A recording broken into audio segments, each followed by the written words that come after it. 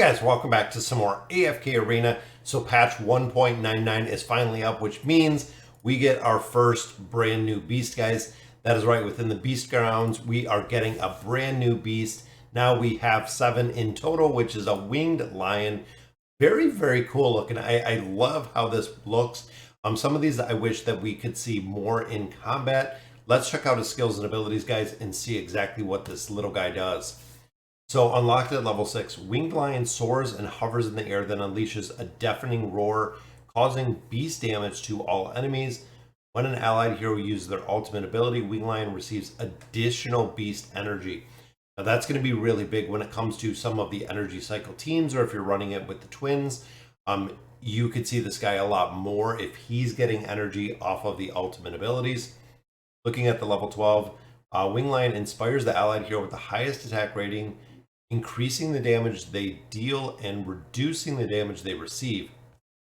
So again, if you're running a team with, let's say, Lucretia, or if you're running a team with just Ions, just one single high attack rating DPS, that could work incredibly well. The Inspire effect will be transferred between allied heroes. After the transfer of the Inspired effect, the hero with the highest attack rating will receive an enhanced Inspire, which increases the target's hero's attack rating on the top of the Inspired effect. So essentially you could boost the damage even higher. Now this could have a big effect when it comes to boss fights, if you just have one single target, or depending again on the heroes that we have. And then unlocked at level 18, Inspired allied hero receives additional physical pierce points and magical pierce points. Once the hero receives a certain amount of energy points, they will recover a portion of their health. So what exactly does that look like, guys? So right here, the beast damage is 300% attack rating to all enemies. The Inspire ability increases the damage they dealt by 20% and reduces the damage they receive by 20%. After the Inspired hero uses an ultimate, they will be inspired for 5 seconds. Then down here, after all allied heroes have benefited from the Inspire effect, the hero with the highest attack rating will receive a non-transferable enhanced Inspire for 8 seconds. So essentially it seems like he's going to buff up the highest attack rating, and then it's going to transfer to other allies with the Inspire effect. So pretty cool overall. The enhanced Inspire increased the target's attack rating by 40% on top of the Inspire effect. Wow. So that seems like it's going to be pretty strong. With the increase not to exceed 40% of the attack rating, then this Inspired allied hero receives 25 physical pierce and 25 magic pierce. Once the hero recovers 200 energy points, they will recover 10% of their maximum health without exceeding 10% of the Winged Lion max health. So that could be pretty strong, guys. Increasing the damage they deal. The damage dealt is a little bit different. It's a different calculation than it is boosting up the attack rating. Like right down here, we see that increasing the target hero's attack rating by 40%. But this increases the damage they dealt by 20%, which again can have a much different calculation. And again, looking at the buffs, guys, has a lot of attack right there. 10% boost to attack. Like 21% crit damage amplification. The attack goes up 12%.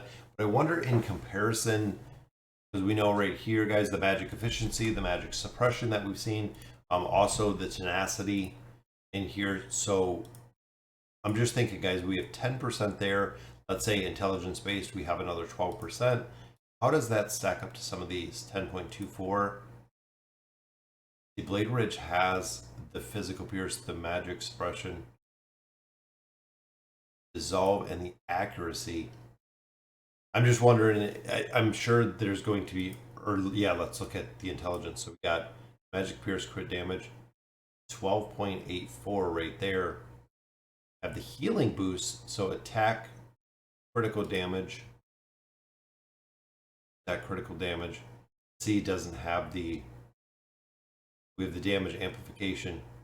So definitely a little bit different, guys, when it comes to the pet builds, figuring out exactly where they're going to be. And again, it seems like he is going to be a buffer for an entire team, which is cool. Blade Ridge, of course, is one that just comes out and does a lot of damage, or a considerable amount of damage. So now instead of doing the direct damage like we see here, where Blade Ridge attacks, it is just going to be a beast that is going to buff, essentially. It seems like he is going to do beast damage, he is going to do a little bit of damage, but ultimately he is going to be a buffer for the team, which again, a lot of players are wondering the reason on why we already have a brand new beast so fast and so quick. I'm going to go ahead and summon a couple times, see if we can pick up this guy. There's Blade Ridge. Hoping we get at least one copy. And it's cool, you can just put them in the wish list. We know if we get an epic one, or Fire Breather.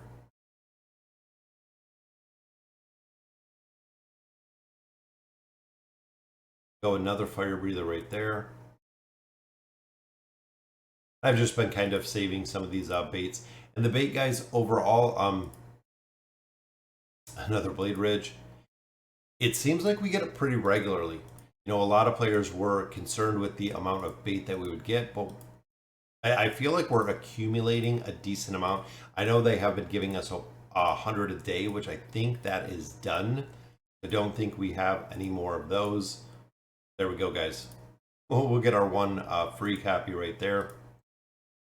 Which honestly, the way to build these is one by one. So what I mean by that is when you're building out any of these beasts, honestly, is going one by one, because you want to try to level up the beast, and you want to try to level up the beast as high as you can, not based on your strength buff, the intelligence on the buffs on the bottom, but you want to build them out as high as you can, as fast as you can, because of the skills and abilities the beast possess. So again, what I mean by that is, looking here, guys, we have one single copy, so we'll level up. But you don't want to have like this one at level 2, this one at level 5, and this one at level 0. You want to level all of these up evenly, and I know we've talked about this before. Even here, we have maxed out. And these little guys, you do want to max out as soon as possible, guys. They only go to level 18, so once I get one more copy here, he is going to be completely maxed out. Same with the rest of these. I built them originally very, very poorly, because again, you want to spread it out, trying to get the beast levels versus getting the skills on the bottom, because you want to get these guys. You want to unlock the beast skills is what we're looking to do here. Even here, I built this one up really high, but it should have been evenly built. It's the best way to build these beast pets. That way, again, we gained a couple more levels, making sure that we're building these out. Overall, guys, a pretty cool new beast. There are a couple other things with the patch, including the Abyssal Expedition glorified guilds. Very cool looking. I love how they made this look, guys. They have the Abyssal Expedition here. They also do have the hunting fields. You can see that the top players in there. Also, they do have the rewards, so you can get a couple diamonds out of here for checking it out. But I think it's really cool. It's almost like a trophy station of where you can kind of check everything out. It also does have all of the different seasons, which of course we've had 7 seasons already of the Abyssal Expedition. And then within the hunting fields, we have 3, and I believe 4 is coming pretty soon, because we just finished that Abyssal Expedition.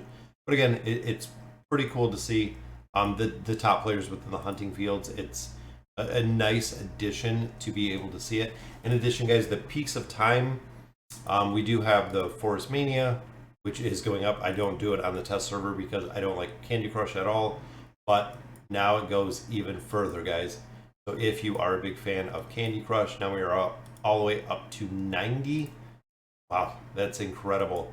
And again, they're just giving us more of these faction scrolls. Not a big fan of the faction scrolls. I think they need to be updated to include our awakened heroes in here. We know as of right now, guys, they are not included in here. Unfortunately, it's kind of a miss with these scrolls right now. So I'm hoping with the release of a Graveborn Awakened Hero, we're going to have the opportunity to go ahead and add those Awakened Heroes in here, just like we see everywhere else, with probably the same probability, but I'd be okay with it, because some probability is better than absolutely no probability. All right, guys, so that'll do it for today's video. Let me know in the comments what you guys think, and as always, thank you guys for watching.